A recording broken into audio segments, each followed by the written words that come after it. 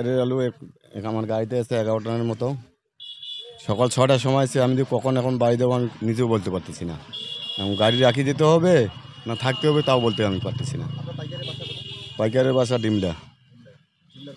ডিমলা পাইকার আমাদের মানে পঞ্চপুকুরে এক জায়গাতে কিনছে 1000-এর ঊর্ধ্বে বস্তা। আমরা যে কৃষক, আমরা যে আলু আনছি 5-10 বস্তা বা 15 বস্তা ভ্যানত করে আনছি, পাইকারের তখন আমরা জায়গায় পাইছি না, চান্সে পাইছি না, আলু ধরিয়া কান দিছি। আমরা পাপ করছি, কত বড় পাপ করছি আলু আবাদ করিয়া। পাইকারের তখন আমার জায়গা পাইছি, আলু ধরে রাস্তা ধরে পড়ি আছি সকাল সেই 8টা থাকিয়া। আর বড় গাইলে তখন আমার চান্সই পাইছি না ঢুকিবার না। আর আমরা এটা কী করবো? এই যে এই সিরিয়ালটা মনে করেন যে রাত 8টা ঠেকিবে না। আর আমার তো সারাদিন গেল, এই 5টা বস্তা আনিয়ে সারাদিন গেল আমার। সকাল 8টা থাকি আসি এইভাবে, এই বাদিয়ার মোড় এই হাতিবান্ধা থাকি লাইন খাটিয়ে এইভাবে আসিছি, বুঝছেন? এমন অবস্থা, মানে খাওয়ার যে টাকাটা সেই টাকাটাও এখন আনি নেই সাথে।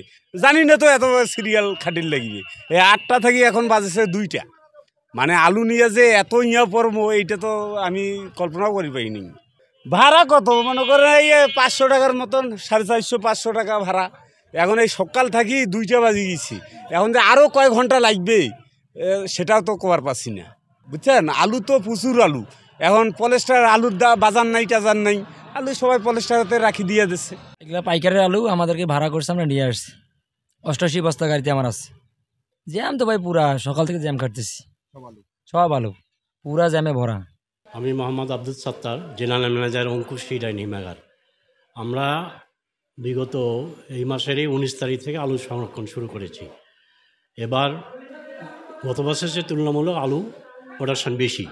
আর আমাদের হিমাগারে যে আলু যেটা সংরক্ষিত হয় এখানে 90% হচ্ছে বীজ আলু।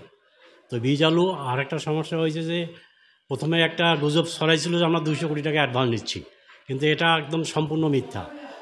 এখন বাইরে যেটা প্রচার হচ্ছে জায়গা নাই, আমরা প্রচুর গোড়ার্সের জন্য আমরা সংরক্ষিত রাখছি। পার্টির জন্য আমরা 10% 12% আলু আমরা অ্যালাউ করছি আর কি।